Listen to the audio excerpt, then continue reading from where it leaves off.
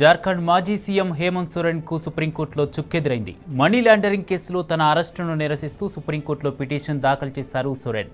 అయితే దీనిపై విచారణ జరిపిన సీజేఐ డివి చంద్రచూడ్ నేతృత్వంలోని ధర్మాసనం హేమంత్ పిటిషన్ను కొట్టేసింది.